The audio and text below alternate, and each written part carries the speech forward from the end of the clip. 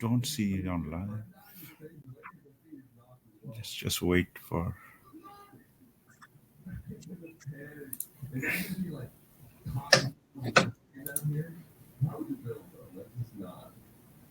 Okay, I think we're ready to go.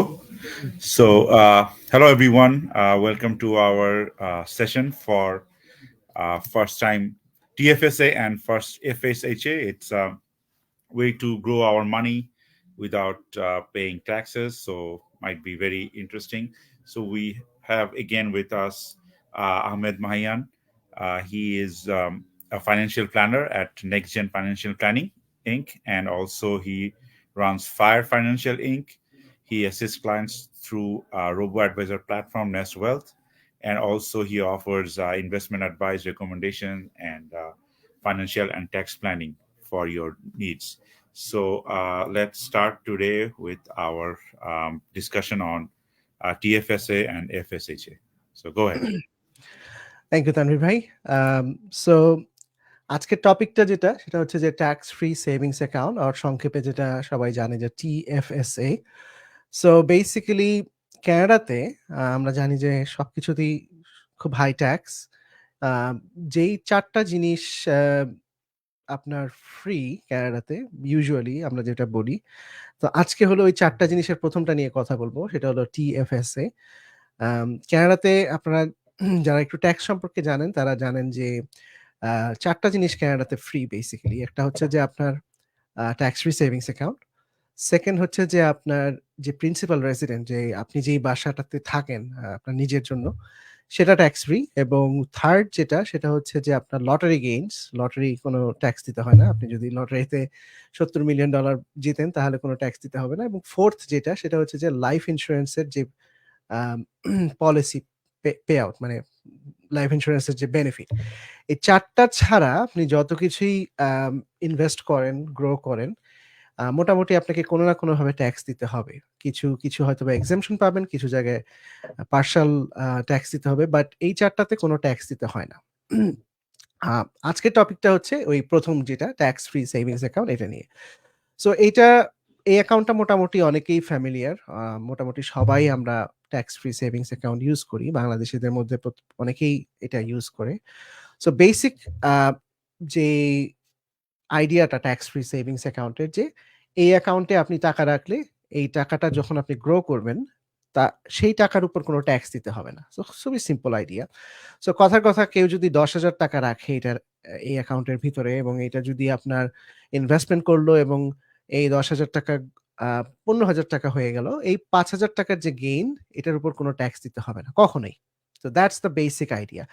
এই এই টাকাটা যদি এখন 10,000 টাকা যদি আপনার $1 মিলিয়ন হয়, ধরেন কথার কথা, আপনি যদি এমন একটা স্টার্টআপ খুবই আর্লি স্টেজ কোম্পানিতে ইনভেস্ট করলেন এবং you get really really lucky, আপনার 10,000 টাকা হয়তো বা $1 মিলিয়ন হয়ে গেল, you still don't have to pay any taxes on the gain. So that's the beauty of tax-free savings account. এছাড়াও যেটা আরেকটা জিনিস, সেটা হলো যে কন্ট্রিবিউশন। আপনি যখন ইচ্ছা কন্ট্রিবিউট করতে পারেন, as long as it's within the limit. এটার কোনো কোনো সেট টাইমলাইন নাই। যেমন RRSP তে যেমন একটা ডেডলাইন থাকে, এটার কোনো টাইমলাইন নাই। থার্ড যে এটা আপনি যেকোনো পারপাসে ইউজ করতে পারবেন। TFSA টাকে বলা হয় যে হলো সুইস আর্মি নাইফের মতো, যে it can be used for any purpose. So আপনি এটা রিটায়ারমেন্ট প্ল্যানিং পারপাসে ইউজ করতে পারবেন, আপনি এটা হাউসের ডাউন পেমেন্টের পারপাসে ইউজ করতে পারবেন, আপনি এটা গাড়ি কিনতে চাইলে ওখানেও ইউজ করতে পারবেন। You can use it any purpose. এটা কোনো স্পেসিফিক পারপাসের সাথে স্পেসিফিক্যালি টাইড না। হুম? যেটা আমরা পরবর্তীতে যেই টপিকটা নিয়ে কথা বলবো, first home savings account FHSA, ওইটা যেমন হাউসের ডাউন পেমেন্ট রিলেটেড একটা অ্যাকাউন্ট, বা TFSA হলো আপনার যেকোনো টাইপের ইউজ করতে পারেন। আমরা যেটা গত সেশনে দেখেছি যে registered education savings plan RESP যে অ্যাকাউন্টটা, সেটা শুধুমাত্র ছিল বাচ্চাদের এডুকেশন পারপাসে। So TFSA can be used in any context. আরো কিছু জিনিস, যেটা TFSA খুলতে গেলে আপনাকে এইজ অফ মেজরিটি হতে হবে ওই প্রভিন্সে। আপনি যেই প্রভিন্সে থাকবেন সেই প্রভিন্সের যে এইজ অফ মেজরিটির যে ডেফিনেশন, সেটা আপনাকে হতে হবে এই TFSA টা খোলার জন্য। সো আপনি যদি ধরেন অন্টারিওতে থাকেন 18, আমি যতটুকু জানি ব্রিটিশ কলাম্বিয়ার এইজ অফ মেজরিটি হলো 19। So you have to check with your province এবং that's when you are eligible to apply. অবশ্যই আপনার সিন নাম্বার থাকতে হবে এবং আপনি ট্যাক্স রেজিডেন্ট হতে হবে কানাডাতে, এছাড়া আপনি টিএফএস এ খুলতে পারবেন না। টিএফএস এর আরেকটা বৈশিষ্ট্য যে আপনি যে টাকাটা টিএফএস তে রাখবেন এটার জন্য আপনি কোনো ট্যাক্স ডিডাকশন পাবেন না, যেটা আমরা আরআরএসপি তে দেখে আসছিলাম যে আপনি যদি আরআরএসপি তে 10,000 টাকা রাখেন তাহলে 10,000 টাকার উপর আপনাকে ওই বছরে কোনো ট্যাক্স দিতে হবে না। কিন্তু টিএফএস এর ক্ষেত্রে এই জিনিসটা ডিফারেন্ট। আপনি কোনো ট্যাক্স ডিডাকশন পাবেন না। সো আপনি যেহেতু আপনি এই টাকার উপর ট্যাক্স অলরেডি দিয়ে দিয়েছেন, আপনার সেভিংস থেকেই আপনি হয়তোবা কন্ট্রিবিউট করবেন। সো যেহেতু আপনি ট্যাক্স ওটার উপর দিয়ে দিয়েছেন, so government will never tax you again. So that's the basic difference.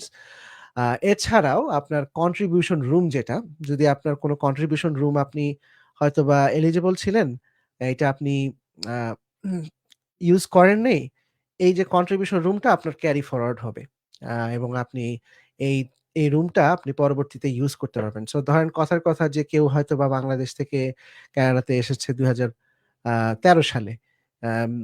He or she didn't contribute anything to the TFSA. So ওই এই 13 বছরের যে কন্ট্রিবিউশন, সরি 12 বছর 11 বছরের যে কন্ট্রিবিউশন রুম, এটা আস্তে আস্তে অ্যাকুমুলেট হতে থাকবে এবং এই টাকাটা পরবর্তীতে কন্ট্রিবিউট করতে পারে। আমি এই জিনিসটা একটু পরে এক্সপ্লেন করছি পরবর্তী স্লাইডে, but that's basically the basic concept of TFSA, tax free savings account.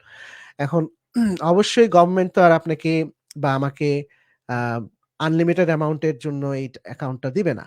So government অবশ্যই তার ট্যাক্সের টাকা ওরা চাবে। সো এই কারণেই গভর্নমেন্ট একটা অ্যানুয়াল ক্যাপ দিয়ে দেয় এই অ্যাকাউন্টের টাকা রাখার জন্য। সো 2009 সালে এই অ্যাকাউন্টটা প্রথমে লঞ্চ হয়, এই টাইপের অ্যাকাউন্টটা। সো 2009 থেকে 12 সাল পর্যন্ত অ্যানুয়ালি 5,000 টাকা পর্যন্ত লিমিট ছিল। সো 2009 এর জন্য 5,000, 2010 এর জন্য 5,000, 11 এর জন্য 5,000, 12 এর জন্য 5,000। সো এই 4 বছরে 20,000 টাকার মতো আপনি রাখতে পারতেন। তারপরে প্রত্যেক বছর এইটা অ্যাডজাস্ট হয় ইনফ্লেশনের সাথে, সাথে। বাট প্রত্যেক বছর অ্যাডজাস্ট হয় না। যখন এটা একটা ক্লোজেস্ট নিয়ারেস্ট টু দ্য 500 যায় তখন এই জিনিসটা অ্যাডজাস্ট হয়। সো 5,000 থেকে শুরু হওয়ার পরে এখন 2024 সালে এসে এটা 7,000 পর্যন্ত অ্যানুয়াল লিমিটে গিয়েছে। মাঝখানে 2015 সালে লিবারেল গভর্নমেন্ট একটা ইনক্রিজ করার চেষ্টা করেছিল যে 10,000 টাকা করে দিবে। বাট দে এটা 1 বছর পরেই তারা আবার ফেরত গেছে ওল্ড সিস্টেমে।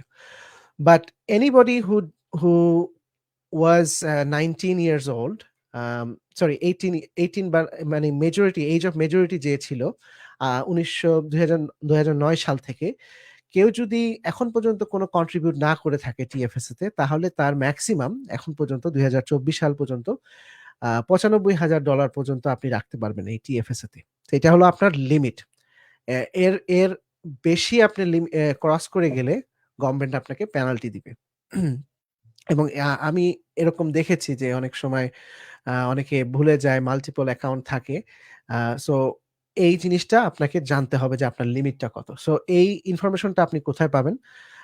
২ টা অপশন আছে। আপনি সিআরএ কে কল করতে পারেন এবং ওরা আপনার সোশ্যাল ইন্সুরেন্স নাম্বার আ বলে দিলে ওরা আপনাকে ভেরিফাই করার পরে ওরা আপনাকে বলে দিবে যে আপনার আ আ টিএফএস এর লিমিট কত। অথবা আপনার যদি কানাডা রেভিনিউ এজেন্সির মাই অ্যাকাউন্ট অ্যাক্সেস থাকে, তাহলে ওখানে আপনি ঢুকলে দেখবেন যে পেজের নিচের দিকে আপনার এখানে এরকম লেখা থাকবে যে অ্যাজ অফ জানুয়ারি 1st এইটা হলো আপনার ৳৭৫,০০০ টাকার লিমিট। তানভীর ভাই মনে হয় একটা কোয়েশ্চেন করেছিলেন আমাকে যে আ এই লিমিট ব্যাপারে কোনো কোয়েশ্চেন করেছিলেন মনে হয়। So this is where you can find how much limit somebody has. সো আপনি মাইসিআর এর অ্যাকাউন্টে গেলে রাইট এই ইনফরমেশনটা পাবেন। Yeah. But I want to point out যে এই ইনফরমেশনটা as of January 1st of the year. So আপনি যদি 24 সালে এখন ঢোকেন, ওরা আপনাকে দিবে হলো January 1st পর্যন্ত। The reason is প্রত্যেকটা ব্যাংক আপনি যখন কোনো টিএফএসএ তে ট্রান্সেকশন করেন, প্রত্যেকটা ব্যাংক এইটার ট্রান্সেকশন সামারি পাঠিয়ে দেয় হচ্ছে সিআর এর কাছে। আপনার সিন নাম্বার ধরে ওরা পাঠিয়ে দেয়। সো উইদিন এ ইয়ার আপনার ট্রানজাকশন গুলা এই সিআর এর ওয়েবসাইটে শো করে না। সো আপনি 2024 সালে কি ট্রানজাকশন করেছেন এটা কিন্তু এখনো এটা রিফ্লেক্ট করতেছে না। So this limit is as of January 1st। এরপরে যদি আপনি ধরেন কথার কথা আপনি যদি 50,000 টাকা রাখেন, that will not be updated until next year January 1st। So এই জিনিসটা খুব কমন যে অনেক সময় আমরা ওভার কন্ট্রিবিউট করে ফেলি, বিকজ আমরা চিন্তা করি না যে ধরেন জানুয়ারিতে এটা ছিল 75,000, আমি যে মার্চ মাসে ধরেন 20,000 টাকা রাখলাম, এই 20,000 টাকার জিনিসটা কিন্তু আপনাকে ট্র্যাক করতে হবে এবং এই টাকাটা আপনাকে বাদ দিতে হবে এই 75,000 থেকে। হ্যাঁ? সো এইভাবেই হলো আপনার আপনার যে টিএফএস এর রুমটা সেটা আপনি জানতে পারবেন। এবং এটার উপরে যদি লাইনটা দেখেন সেখানে আপনি পাবেন হলো গত বছরের আরআরএসপি লিমিট। আ এই ইনফরমেশনটাও আপনার এই মাইসিআর এর অ্যাকাউন্টে থাকে। সো আমরা যখন ফাইন্যান্সিয়াল প্ল্যান তৈরি করি আমরা always ask for this 2 information, because আমাদের এটা জানতে হয়। আদারওয়াইজ যেটা হয় যে আমি যদি ওভার কন্ট্রিবিউট করে ফেলি তাহলে আমাকে 1% পেনাল্টি দিতে হবে ওভার কন্ট্রিবিউশন অ্যামাউন্টের উপরে। এবং আমার পার্সোনাল এক্সপেরিয়েন্স থেকে আমি একবার একজন ভদ্রমহিলাকে দেখেছিলাম, she paid almost few thousand dollar over contribution because উনি একটু বয়স্ক ছিল। উনি বলে নাই আমাদেরকে, মানে যেই অন্যান্য আমার যে কলিগ ছিল তাকে বলে নাই যে আম she had a different TFSA at a different bank. So আপনি মাল্টিপল TFSA থাকতে পারে আপনার একজনের। আপনি হয়তোবা আরবিসি তে থাকতে পারে, টিডি তে থাকতে পারে। এখন আপনি যদি আরবিসির অ্যাডভাইজারকে না বলেন যে আপনার টিডি তে আপনার একটা $30,000 এর TFSA আছে, ও কিন্তু ভাববে যে আপনার শুধুমাত্র আরবিসিতেই টিএফএসএ আছে। সো আপনি যদি এটা না বলেন অনেক সময় দেখা যায় যে এই ওভার কন্ট্রিবিউশনটা হয় এবং আরবিসির অ্যাডভাইজারের পক্ষে জানা সম্ভব না যে আপনার টিডিতে কি আছে, অথবা উল্টাটাও যে টিডির অ্যাডভাইজারের পক্ষে জানার কথা না যে আপনার আরবিসিতে কি আছে। So that's why you need to tell them the whole story. Half story বললে ওরাও আপনাকে ভালোভাবে অ্যাডভাইস দিতে পারবে না। আ আরেকটা বিষয় হচ্ছে যে আপনি ধরেন কোনো টিএফএসএ থেকে যখন আপনি টাকা তুলবেন, এই লিমিটটা আবার পরবর্তী বছরে আপনি অ্যাডজাস্ট হয়। ধরেন আমি এখানে যেমন ৳৭৫,০০০ আম আমি যদি ধরেন আমার টিএফএসএ অ্যাকাউন্টে আছে ৳২০,০০০। আমি এখান থেকে ৳১৫,০০০ তুললাম। এই ৳১৫,০০০ তুলে ফেলার পরে এই ৳১৫,০০০ র যে লিমিটটা এটা আবার পরবর্তী বছরের জানুয়ারি মাসের ১ তারিখে গিয়ে অ্যাডজাস্টমেন্ট হবে। সো আপনি চাইলে এই এই যে ৳১৫,০০০ আমি এই বছর তুলে ফেললাম সেটা আবার আপনি সেইটার রুমটা আপনি আবার নেক্সট ইয়ারে গিয়ে ফেরত পাবেন। So that's the beauty of TFSA যে আম যখন তখন আপনি টাকা তুলতে পারবেন, আবার যখন তখন আপনি টাকা রাখতে পারবেন, অ্যাসিউমিং যে আপনার লিমিট আছে। So that's kind of the beauty of it. TFSA আপনারা যখন খুলবেন সাধারণত আপনাকে কোয়েশ্চেন করবে ব্যাংকগুলো যে আপনি বেনিফিশিয়ারি কি দিতে চান?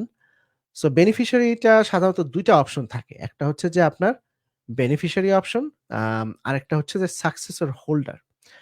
পার্থক্যটা কি? পার্থক্যটা হচ্ছে যে beneficiary can be anybody.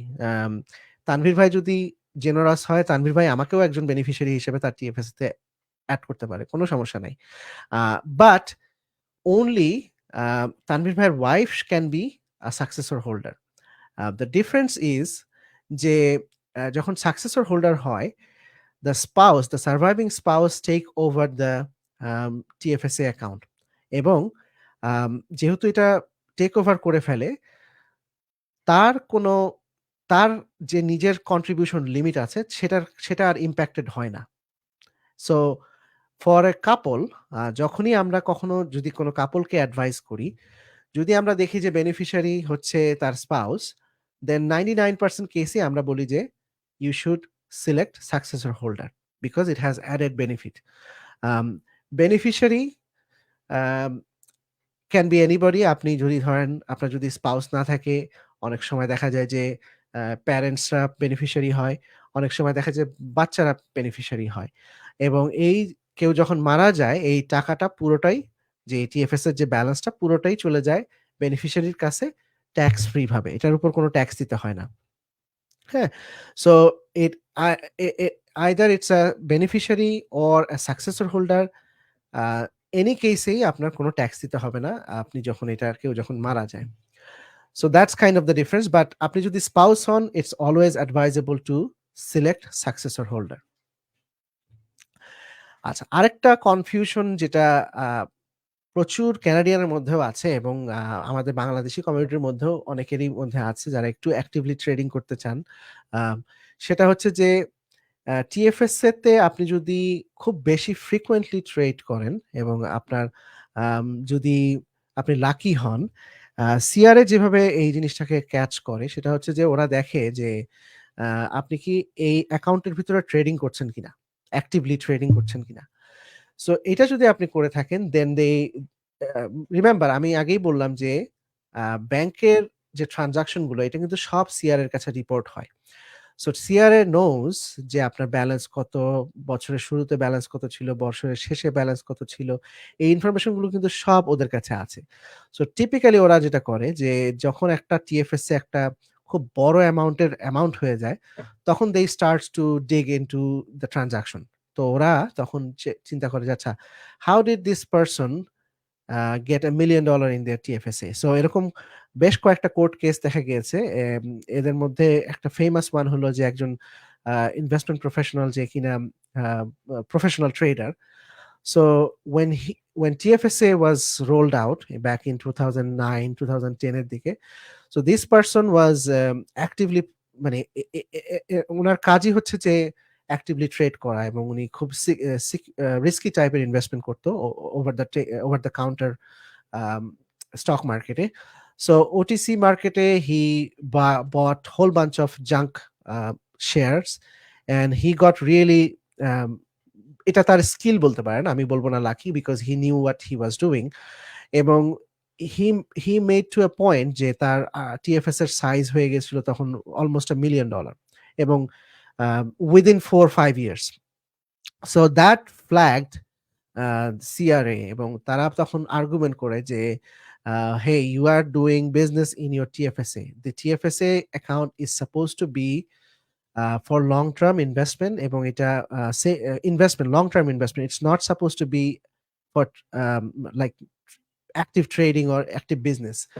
So তখন ওরা যেটা করলো যে they recategorized, so they recategorized যে ওরা এই ট্যাক্স ফ্রি স্ট্যাটাসটা ওরা তখন বাদ দিয়ে দিল যে টিএফএসএ তে if you are doing active trading or active business, then they can recategorize those trade and consider is as a business. এবং যদি কেউ ওরা যদি সিআরএ কখনো যদি আপনার টিএফএস টাকে রিক্যাটাগরাইজ করে বিজনেস ইনকাম হিসেবে ট্রিট করে, then everything becomes taxable as if you are running a business. So there is no difference. So এই আর্টিকেলটা যেরকম যে আপনার there was few court cases, এরকম 4-5টা এরকম আমি নিজে দুটো কোর্ট কেসের যে আউটকাম সেটা আমি পড়েছি, যেটা এই ভদ্রলোক Jamie Golombek, he is a very well known tax expert, he wrote couple of article এবং আপনারা গুগল করলেই পেয়ে যাবেন। সো বেসিক্যালি আমি এই কথাটা কেন বললাম, কারণ হলো যে আমি বাংলাদেশি কমিউনিটি অনেকের মধ্যে দেখি যে দে আর trying to do active trading in TFSA without knowing this fact. So that's something that to aware of. আপনি যদি ডে ট্রেডিং করার কোনো ইচ্ছা থাকে, depending on your level of experience, level of expertise, sometimes it might be advisable to do in a corporation. এবং it can become very complicated, but it's case by case. So আপনি যদি long term investment করেন, TFSA is perfectly fine and it's tax free, but don't do day trading because আপনি যদি lucky হন, then CRA can easily go back.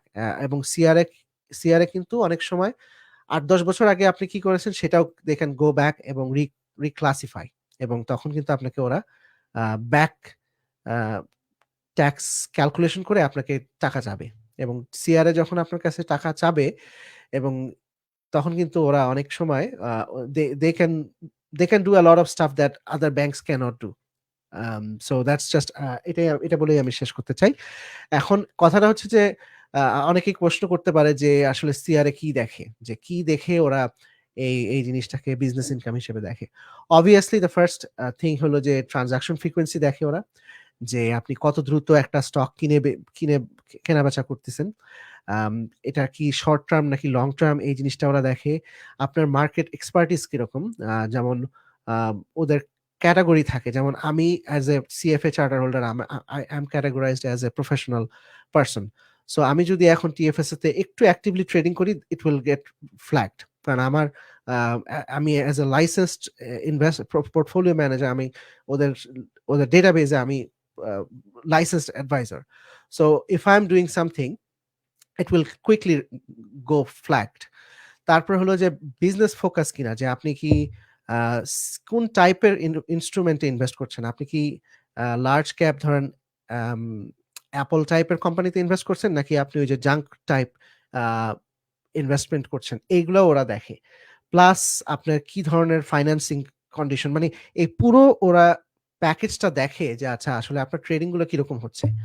So এই পুরোটার উপর বিশেষ সেট আপ করেই ওরা কিন্তু আপনাকে এই জাজমেন্ট গুলো দেয়, এবং you can fight against CRA in the tax court, but most of the time tax কোর্টও আসলে ওভাবেই দেখে যে আপনি যদি বিজনেস করছেন তাহলে they treat you as a business income.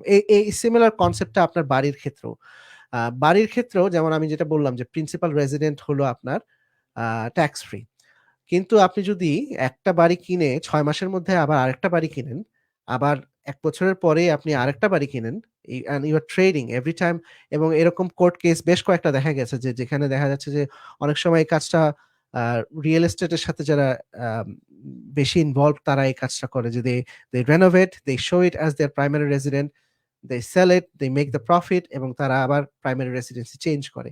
So CRA has a টুল, এবং সিআরএ কিন্তু এরকম বেশ কয়েকটা কেসে ওরা ফেরত গেছে, প্রায় 15 years, they went back 10-15 years, এবং তারা তখন বলেছে যে within the last 20 years you sold property 15 Times.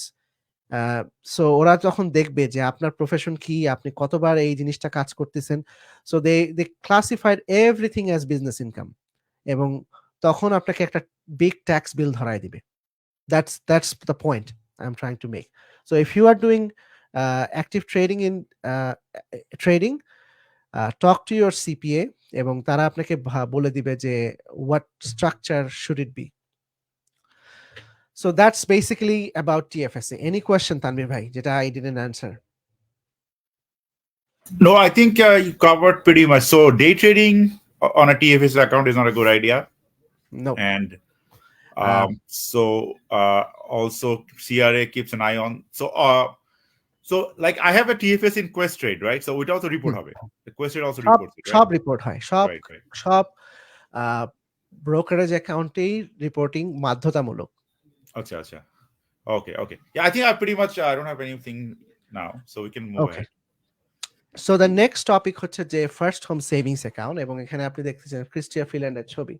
The reason for that is এই অ্যাকাউন্টটা 2023 সালের বাজেটে ওরা লঞ্চ করে, এবং ইট ওয়াজ একটা কথাই বলতে চাবো, ইট ওয়াজ আননেসেসারি, এবং এটা আসলে একটা পলিটিক্যাল মুভ ছিল, যেটা এটার আসলে কোনো দরকার ছিল না। They could have done the same thing in the existing system, but ওই যে বললাম যে পলিটিক্যালি ওদের কিছু একটা দেখাতে হবে, that's why they made this account, এবং anything that is new can create a lot of noise.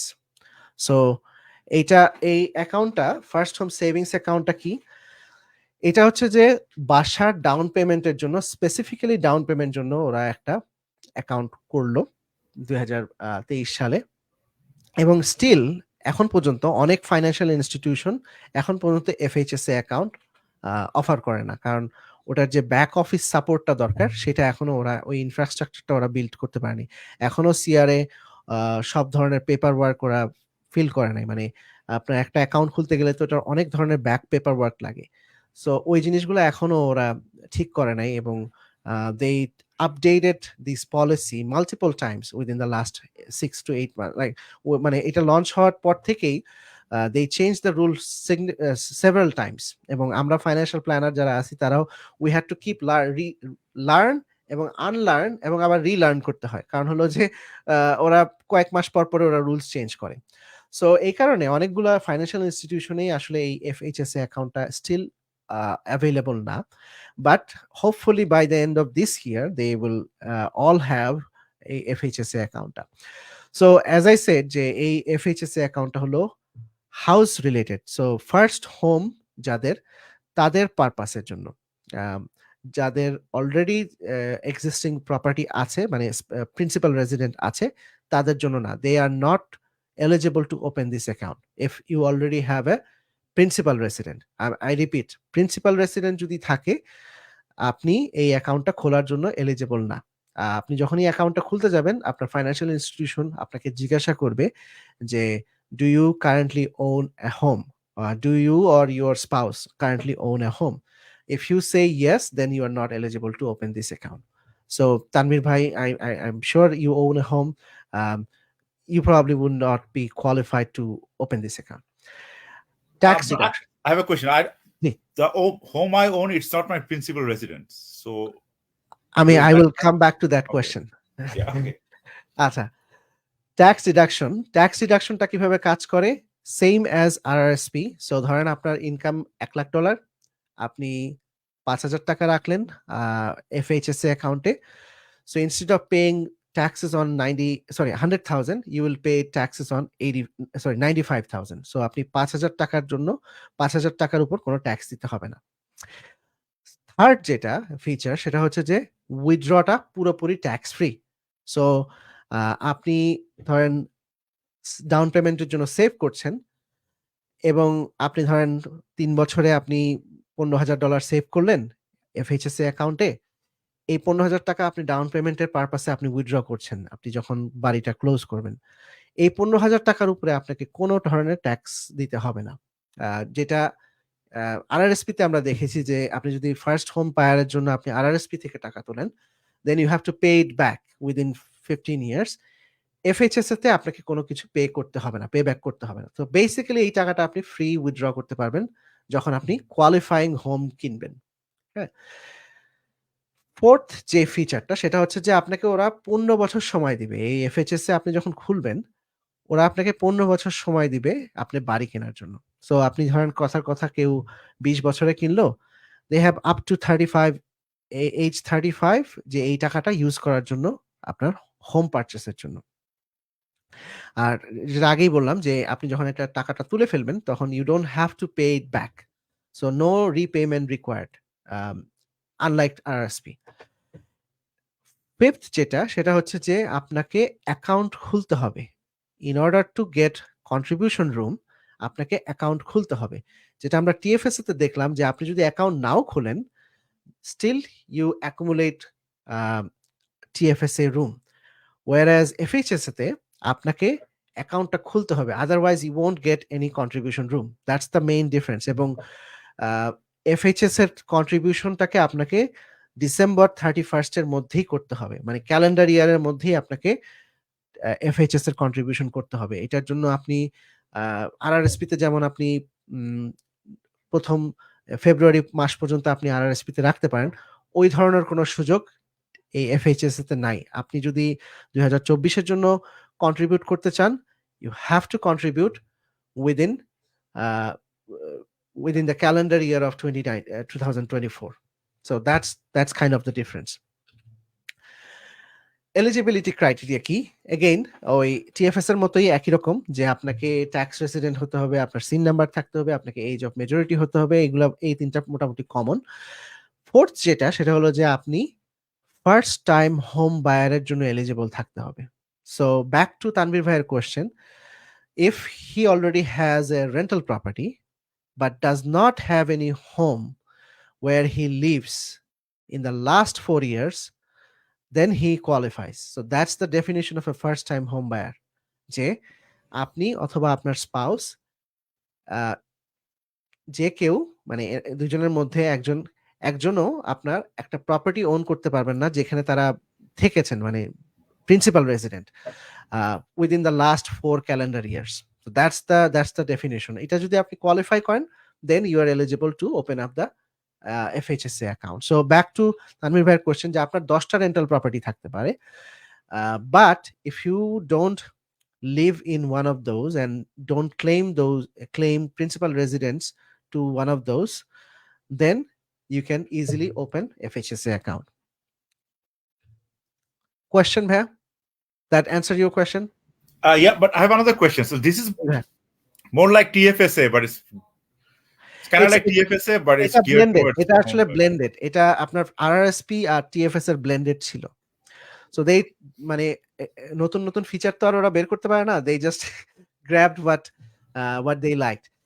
So they government could যেটা have easily just increased the TFSA limit. Exactly, ওরা যেটা করতে পারতো যে আপনার আরআরএসপি লিমিটটা ওরা বলতে পারতো যে আচ্ছা গত বছর পর্যন্ত যেটা ছিল যে 35,000 পর্যন্ত আপনি আরআরএসপি থেকে তুলতে পারবেন। সো ওরা যেটা করতে পারতো যে they can just make it tax free withdrawal. So ওরা বলতে পারতো যে তোমার 35,000 টাকা তুমি তুললে আর ফেরত দেওয়ার লাগবে না। That would Right. Have the same impact. Yeah. But ওই যে বললাম যে পলিটিক্যালি একটা কিছু বাস ক্রিয়েট করতে হবে, that's why they created this account and made our life hell. And they keep changing the rules, right? So exactly, হ্যাঁ। Right. So যেটা বললাম যে অ্যানুয়াল কন্ট্রিবিউশন রুম হচ্ছে $8,000। সো 8,000 পর্যন্ত প্রত্যেক বছর আপনি রাখতে পারবেন, up to a maximum life time limit of 40,000। So 8,000 করে যদি আমি 5 বছর রাখি, so within 5 years I will reach the maximum amount of $40,000। এবং এই 40,000 টাকা আমি রাখলাম 5 বছরে, but I was lucky, let's say আমি ইনভেস্ট করলাম এই টাকাটা এবং I am lucky to make money, এবং এটা যদি আমি ধরেন 40,000 থেকে 60,000 টাকা করে ফেলি within 5 years, then the full 60,000 will be পুরাপুরি ট্যাক্স ফ্রি যতক্ষণ পর্যন্ত আমি কোয়ালিফাইং উইথড্রল করতেছি, মানে হলো আমি এই টাকাটা ডাউন পেমেন্ট হিসেবে ইউজ করতেছি, মানে আমার প্রিন্সিপাল রেসিডেন্সের। সো এটার স্ট্র্যাটেজি কি হতে পারে, যে ধরেন এমন একটা ধরেন অনেকেরই 18-19 ইয়ার্স ওল্ড বাচ্চা আছে, right? So what they can do is open up the FHSA account because they are eligible, because বাচ্চার মানে বাচ্চা তো আর বলা যাবে না, young person, 18 years, they might not buy the property until 30, right? But they can still open it, start contributing to that এবং investing that money, এবং দেখা গেল যে 40,000 টাকা ইনভেস্ট করলো, they had another 5-6 years to grow that money, এবং if they are really lucky, they can convert it to $100,000. All the $100,000 will be tax free. So that's how we can game the system. Unfortunately, a FHSA account carry forward যে room, যেটা হলো যে contribution limit, যেটা আমি বললাম যে আর 8,000 টাকার contribution room, TFS তে যেটা আমরা দেখেছি যে আপনি যদি টিএফএস তে কন্ট্রিবিউট না করেন, you can carry forward the whole amount. So আমি যে এক্সাম্পলটা দেখালাম ওইখানে আগের এক্সাম্পলটাতে যে 75,000 ছিল দ্যাট পার্সনের টিএফএস এর রুম, আনফরচুনেটলি এফএইচএস তে আপনি অনলি 8,000 টাকা পর্যন্ত ক্যারি করতে পারবেন প্রত্যেক বছরে, 8,000 এর বেশি আপনি ক্যারি ফরওয়ার্ড করতে পারবেন না। So that's the fundamental difference.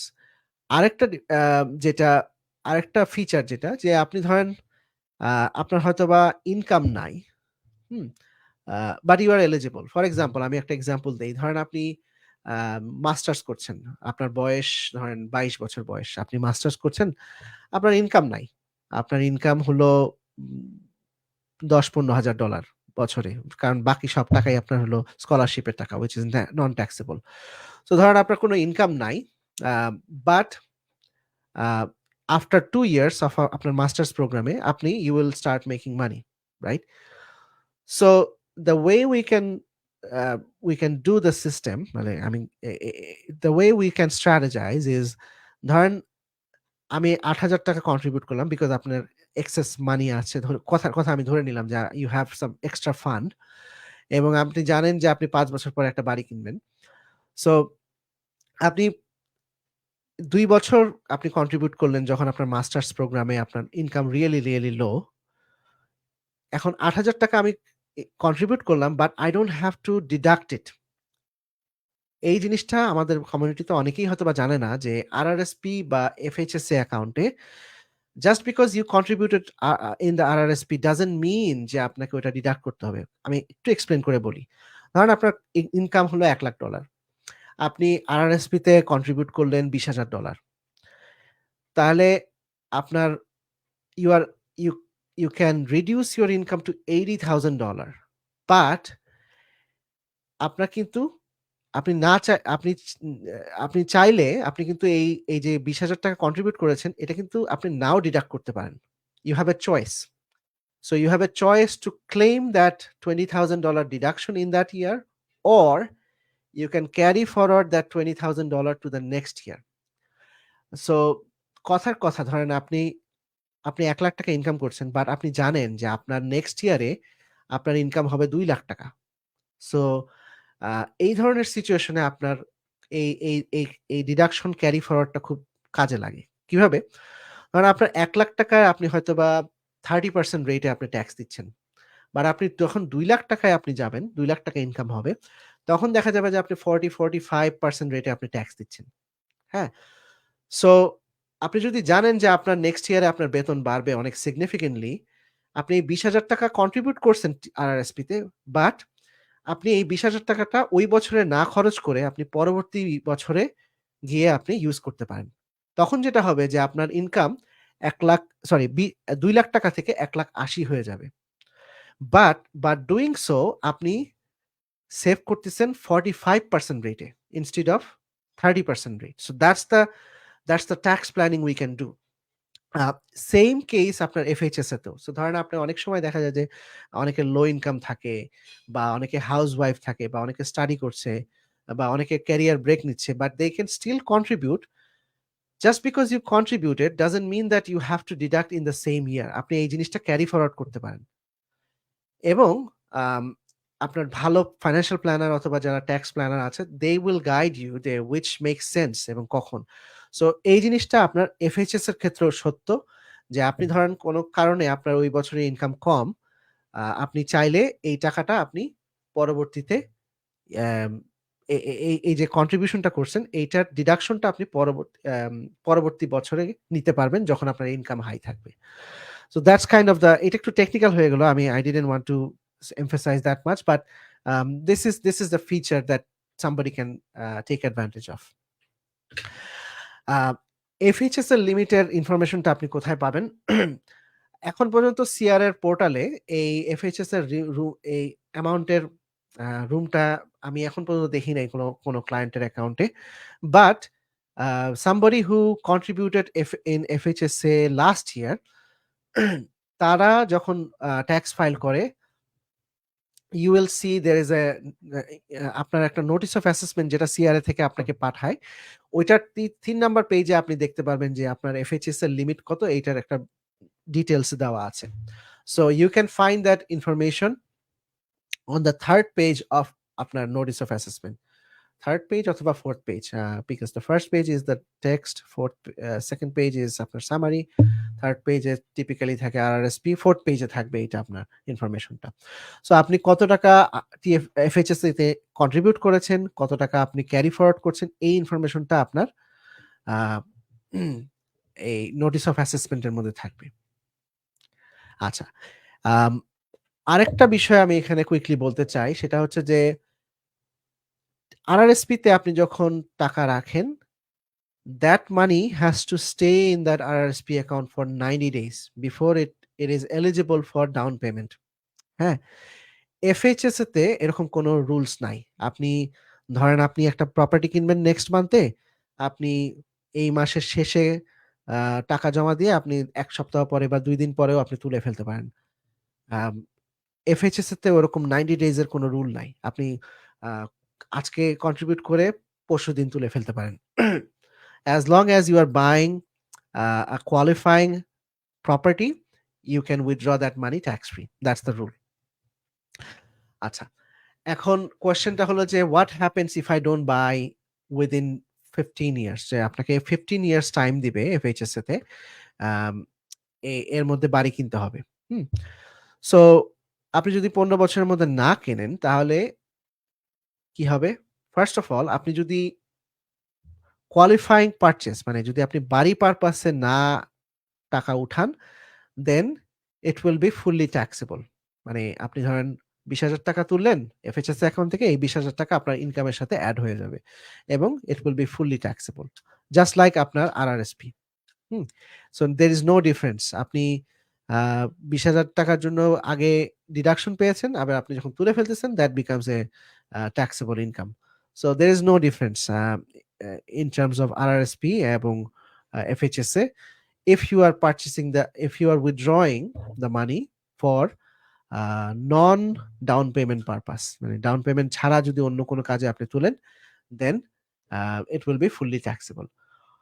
অন্য আরেকটা অপশন হলো, যেটা হলো যে আপনি যদি এই অপশনটা আপনার জন্য মনে হয় যে না, it's you don't need that income because you are already making money because you are in a high tax bracket, আপনি যদি আরো তুলেন তাহলে it's just gonna be added to your income, so it will be very punitive. So আরেকটা option যেটা আছে যে আপনি এটা আরআরএসপি তে ট্রান্সফার করতে পারেন, এবং আরআরএসপি বা রিফ,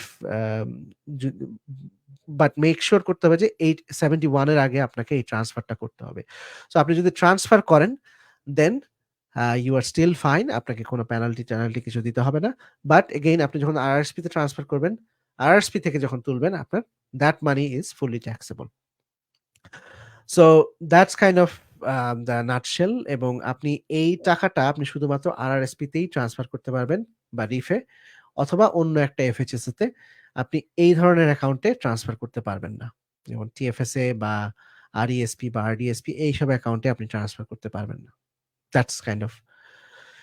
এখন কোয়েশ্চেন হলো যে, যেটা আমি তানভীর ভাই আমাকে কোয়েশ্চেন করলো যে আপনার যদি অলরেডি রেন্টাল প্রপার্টি থাকে, রেন্টাল প্রপার্টির সাথে এফএইচএসএ অ্যাকাউন্ট কোনো সম্পর্ক নাই, রেন্টাল প্রপার্টি থাকলেও কোনো সমস্যা নেই, as long as you did not declare those properties as your principal resident in the last 4 calendar years. এই কথাটাই হচ্ছে সবচেয়ে গুরুত্বপূর্ণ। সো আপনি যদি ফার্স্ট হোম বায়ারের জন্য কোয়ালিফাই করেন তাহলেই আপনি এফএইচএস এর জন্য eligible. Similar to the beneficiary, যেটা এফএইচএস তে ছিল এবং সরি ট্যাক্স ফ্রি সেভিংস অ্যাকাউন্টে ছিল, এফএইচএস তেও আপনি আপনার যে কাউকে বেনিফিশিয়ারি করতে পারেন, নন স্পাউস কেউ করতে পারেন, কোনো সমস্যা নাই। আবার সাকসেসর হোল্ডার হিসেবে আপনি আপনার স্পাউসকে করতে পারেন। স্পাউসকে করলে সুবিধা হলো যে এটা স্পাউসের স্পাউসের কারো ডেথ হলে স্পাউসের কাছে রোল ওভার হয়ে যাবে। বাট অনেক সময় দেখা যায় যে অনেকে মাল্টিপল মানে ম্যারেজ ডিফারেন্ট পার্টনার থাকলে অনেক সময় দেখা যায় যে এই এলিজিবিলিটিটা নষ্ট হয়ে যায়। ধরেন কেউ হয়তো বা তার আগের স্পাউসের সাথে ডিভোর্স হয়ে যাওয়ার সময় এলিজিবল ছিল, আবার যখন কাউকে রিম্যারি করছে দেন দ্য পারসন দ্যাট মানে নতুন করে যাকে বিয়ে করছে হয়তোবা সে তার অলরেডি একটা প্রপার্টি আছে যেখানে সে থাকে। If that is the case then this person is তখন ইনএলিজিবল হয়ে যায়। সো এই ট্যাক্সেশনটা ডিপেন্ড করে যে স্পাউস আছে সে কি এলিজিবল কিনা নাকি ইনএলিজিবল। যদি এলিজিবল হয় তাহলে ইটস স্টিল ট্যাক্স ফ্রি, যদি ইনএলিজিবল হয় তাহলে it becomes a taxable income.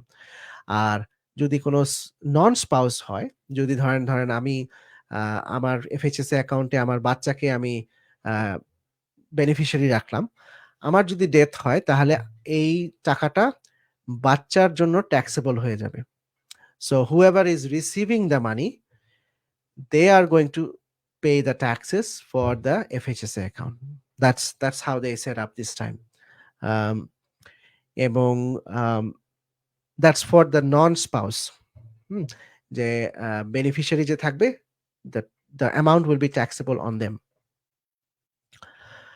এছাড়া যেটা বললাম যে এফএইচএসএ টিএফএস এর যে ট্রিক্স, যেমন আমরা নর্মালি যেটা করি যে কেউ যদি নন রেজিস্টার্ড অ্যাকাউন্ট থাকে, যেমন কোনো সেভিংস অ্যাকাউন্ট থাকে বা যেখানে যে অ্যাকাউন্টগুলোতে ট্যাক্সেবল হয়, we typically don't recommend to keep your money in taxable account, কারণ ওটা আপনার প্রত্যেক বছর ট্যাক্স দিতে হয়। So if somebody has TFSA room, we always like to use the TFSA first.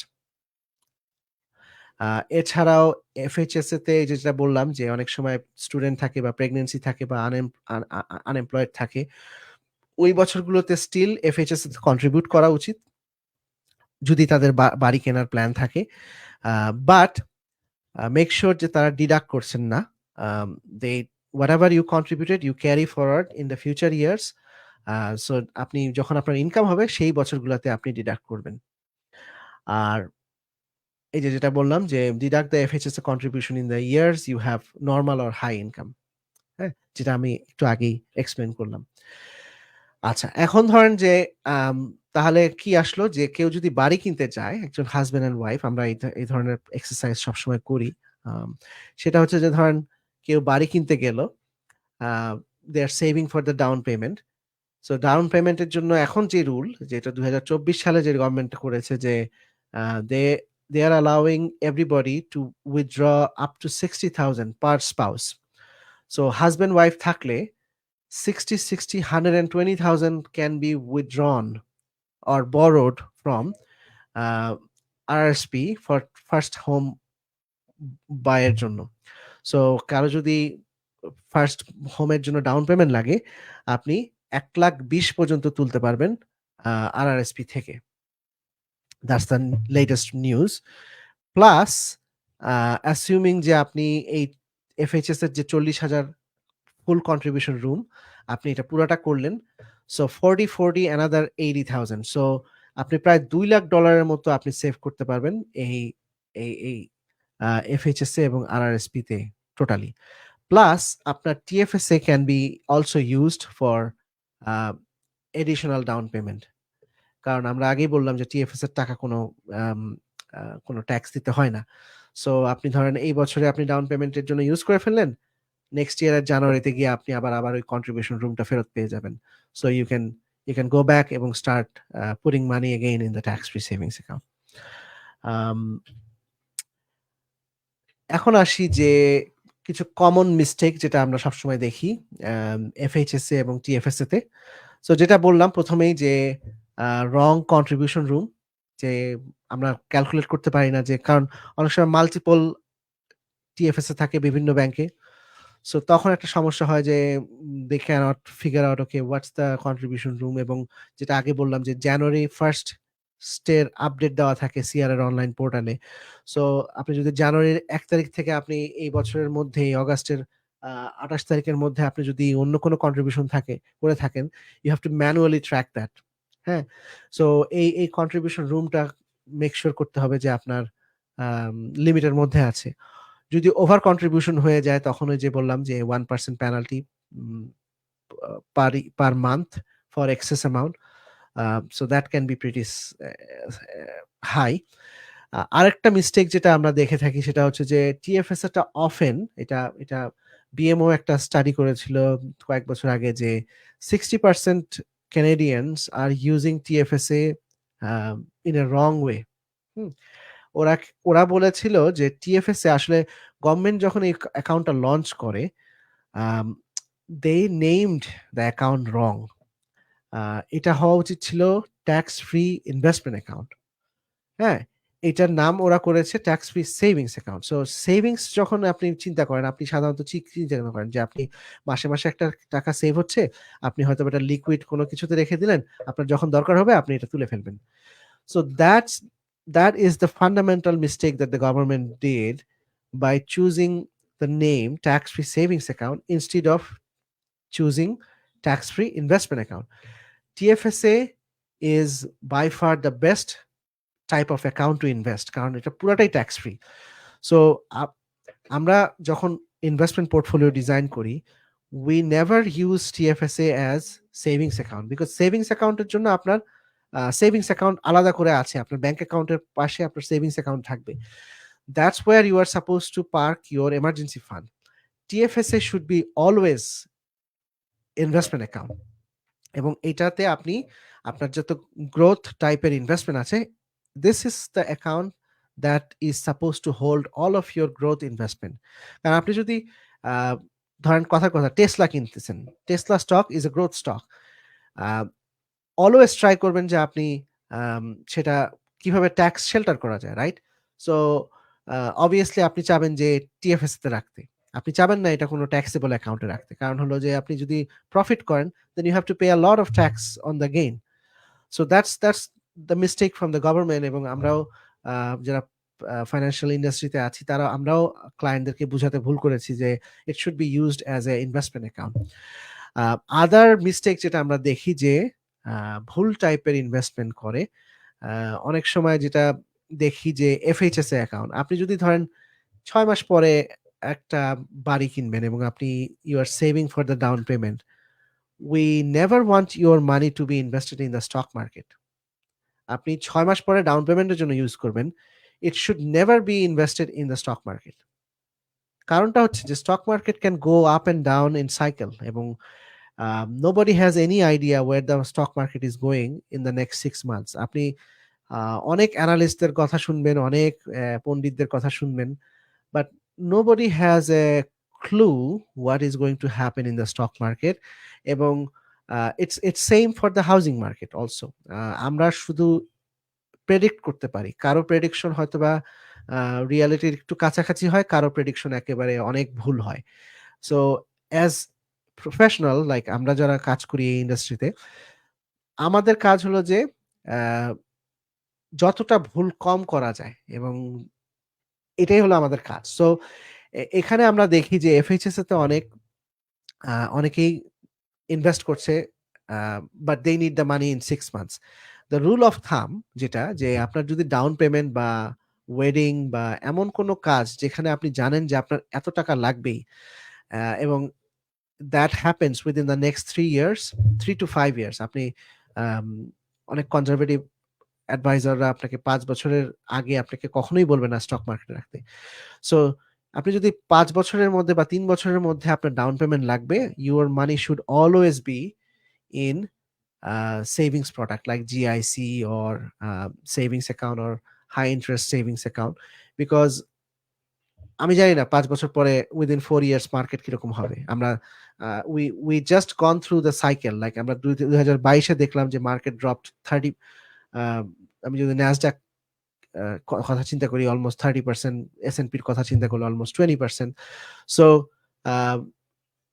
2022 সালে এরকম ড্রপ হয়েছে, 2020 সালে আবার কোভিডের সময় আমরা দেখেছি যে 33% ড্রপ ছিল। So we know nobody has any clue what's gonna happen in the stock market in the next 3 years. So why take risk? So এবং আবার এফএইচএস এর এটা হলো এফএইচএস এর মিস্টেক গুলো আমরা দেখি। আবার টিএফএস তে আমরা দেখি যে টিএফএস ওই যে বললাম যে সেভিংস প্রোডাক্ট, মানে সেভিংস অ্যাকাউন্ট লেভেল। সো অনেকেই ভাবে যে আচ্ছা এটাতে মনে হয় আমি আমার যে এক্সেস মাসে মাসে যে সেভ করতেছি সেই টাকাটা রাখা উচিত। No, it should always be in the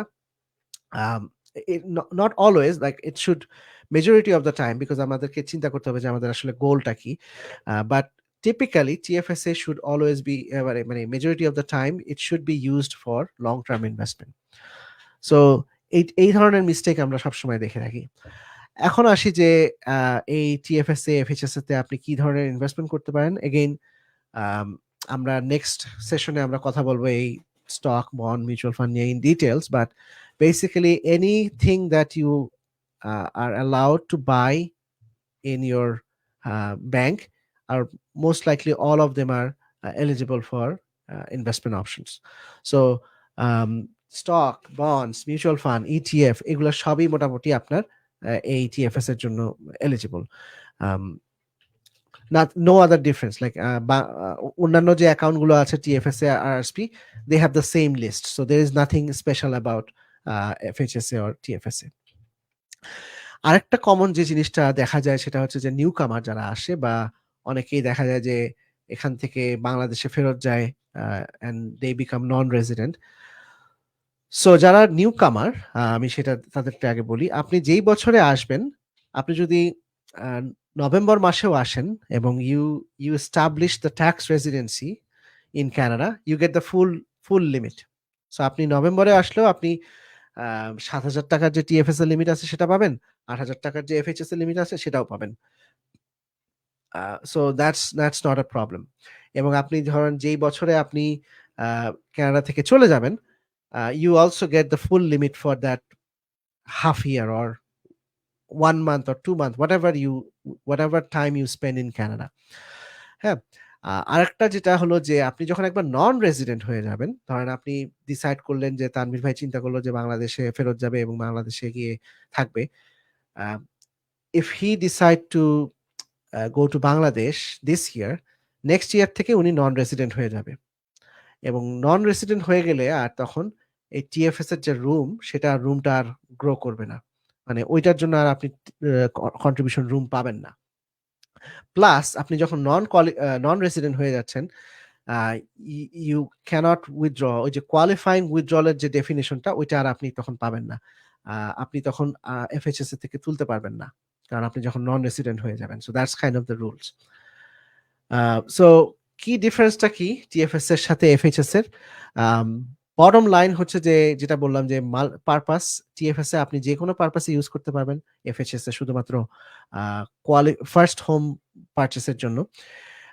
TFS তে আপনি ট্যাক্স দেওয়ার পরে যে আপনার সেভিংস সেটা আপনি কন্ট্রিবিউট করবেন। সো এটা যেহেতু আপনি ট্যাক্স দেওয়ার পরে আপনি কন্ট্রিবিউট করতেছেন, সো আপনি কোনো ট্যাক্স ডিডাকশন পাবেন না।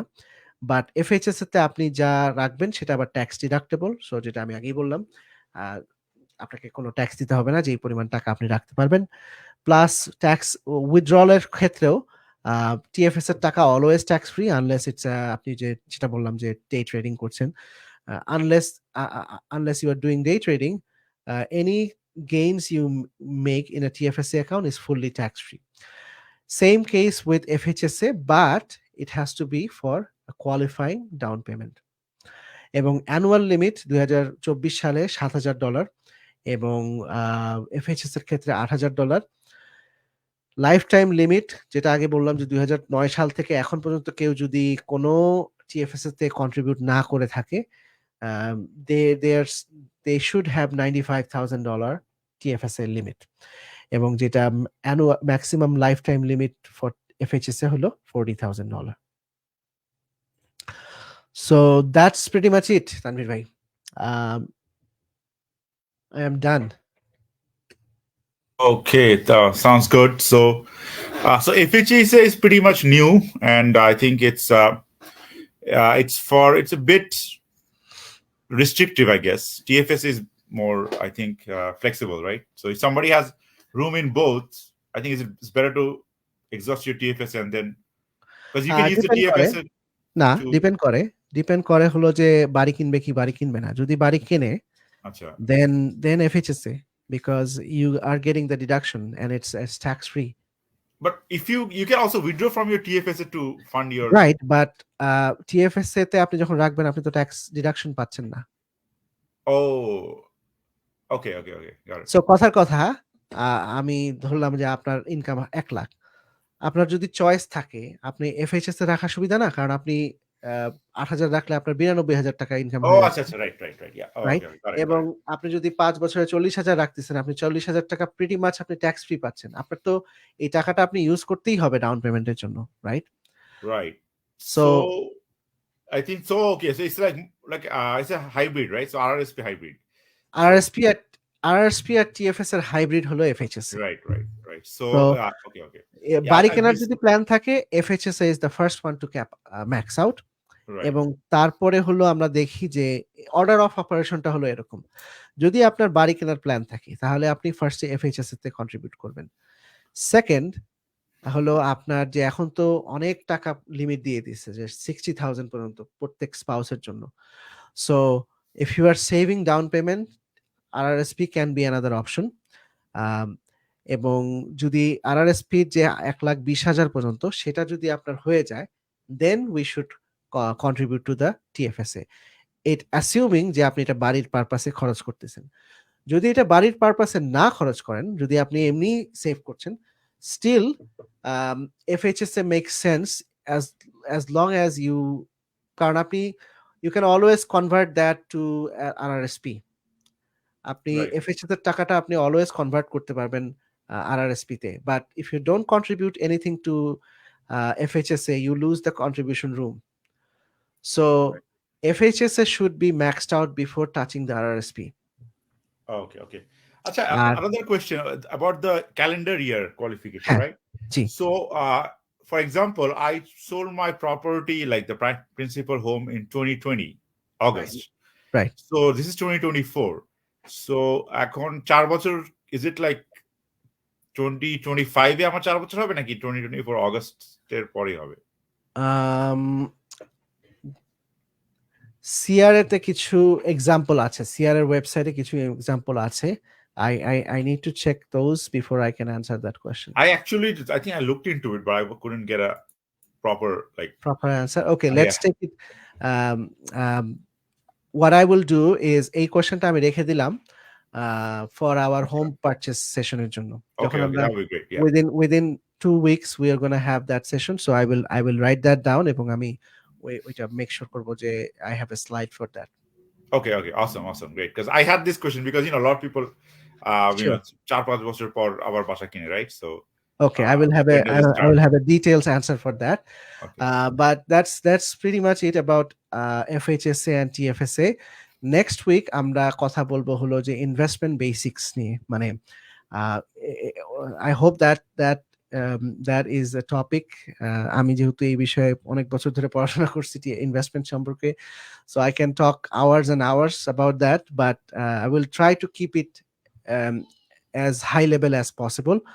এবং ইনভেস্টমেন্ট কি কি ধরনের ওয়ে আছে ইনভেস্টমেন্ট করার, স্পেশালি কানাডাতে কি ধরনের রিস্ক আছে, কি ধরনের রিটার্ন এক্সপেক্ট করতে পারে।